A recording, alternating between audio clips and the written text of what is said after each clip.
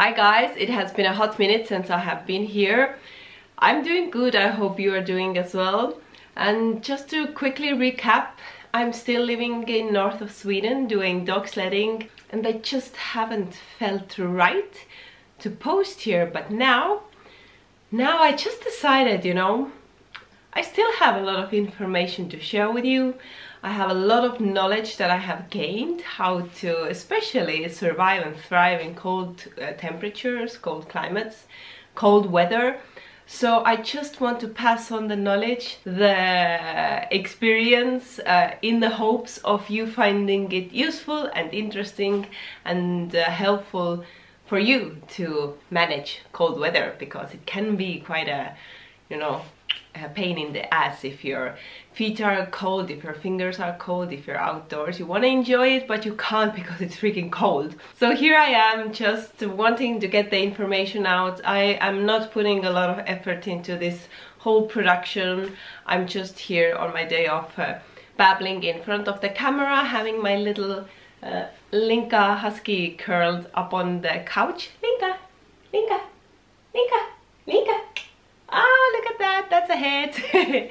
She's a sled dog, she's Alaskan Husky, and I have been running her. She's 1 year old now, but she's very much a cuddle dog as well, as much as a sled dog. Anyway, the first topic I want to talk about is feet, and how do I, especially I, because it's all my experience.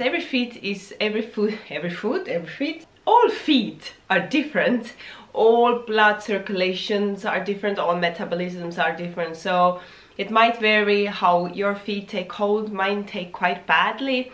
My toes are always the first one to get cold, so I'm gonna share with you my system, how I do it. So I basically have two systems, one for up to -15 degrees Celsius or -10, depending on how long do I have to stand on the sled. Is it 1 hour or 3 hours?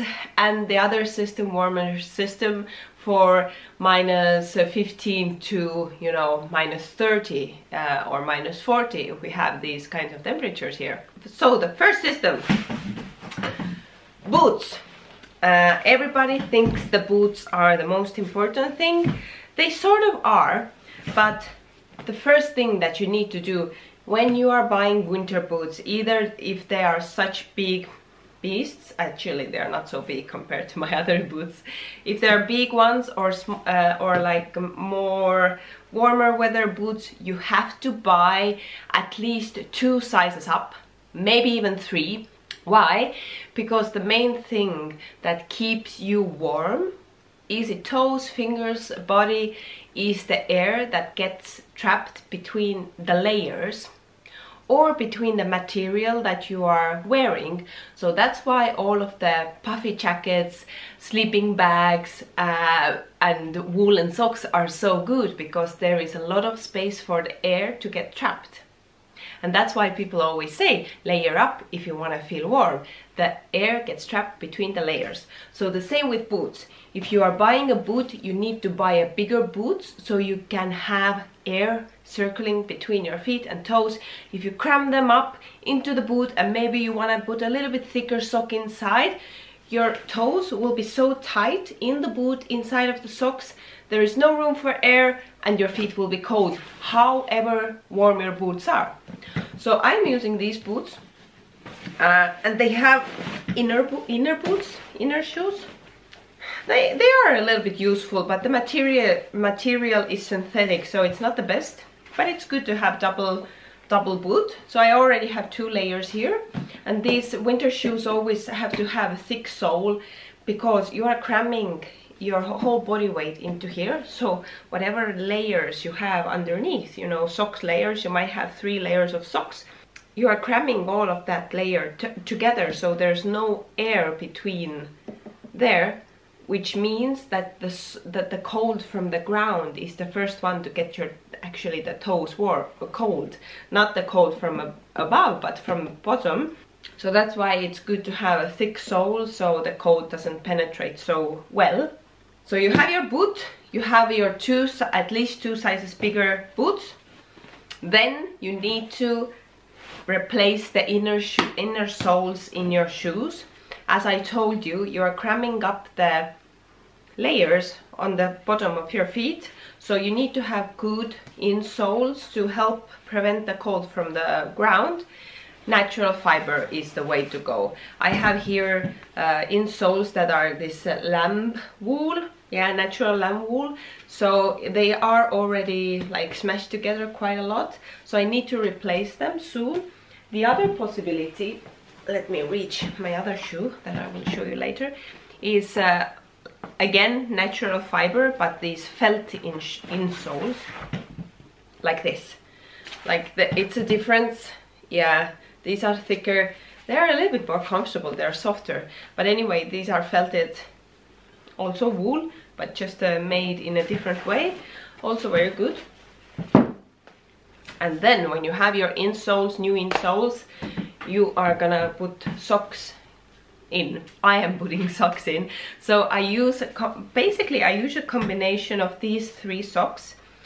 Good old-fashioned 100% wool grandma socks, nice heavy thick knitting pattern, you know. Then I have these thicker merino socks. They have this really nice thick inside. And then the lightest ones are also 100% merino, a little bit lighter but still quite heavyweight socks. So when I have -5 degrees, I only use these socks with my boots, you know, like I still have the same insole, same boots. If I have like -10 degrees, then I put these 2 layers in. And when I have -15, I might put these layers in, but because these socks are quite thick, I may change into a little bit thinner sock just for me to be able to fit them in my shoe. Remember, you need to have air between your toes. I always test it. If you can wiggle your toes still with all of the socks in your boot, then it's good. But you know, like get a bigger boot, then you can, if it's really cold and you don't want to have like 2 separate boots, you can layer up 3 pairs of socks. And the most important thing is, like I'm repeating myself, get a bigger boot so you can cram a lot of socks in there and you will still be warm. Okay, that's my system for the like warmer weather. Now when the weather gets colder, like below -15 degrees Celsius, I have a second system, boot system. So I bought these Femundlobben boots. They are felted boots with a little insole. Again, buy a new insole inside. These are felted insoles. These are 2 sizes bigger. But the trick is, I have an overshoe.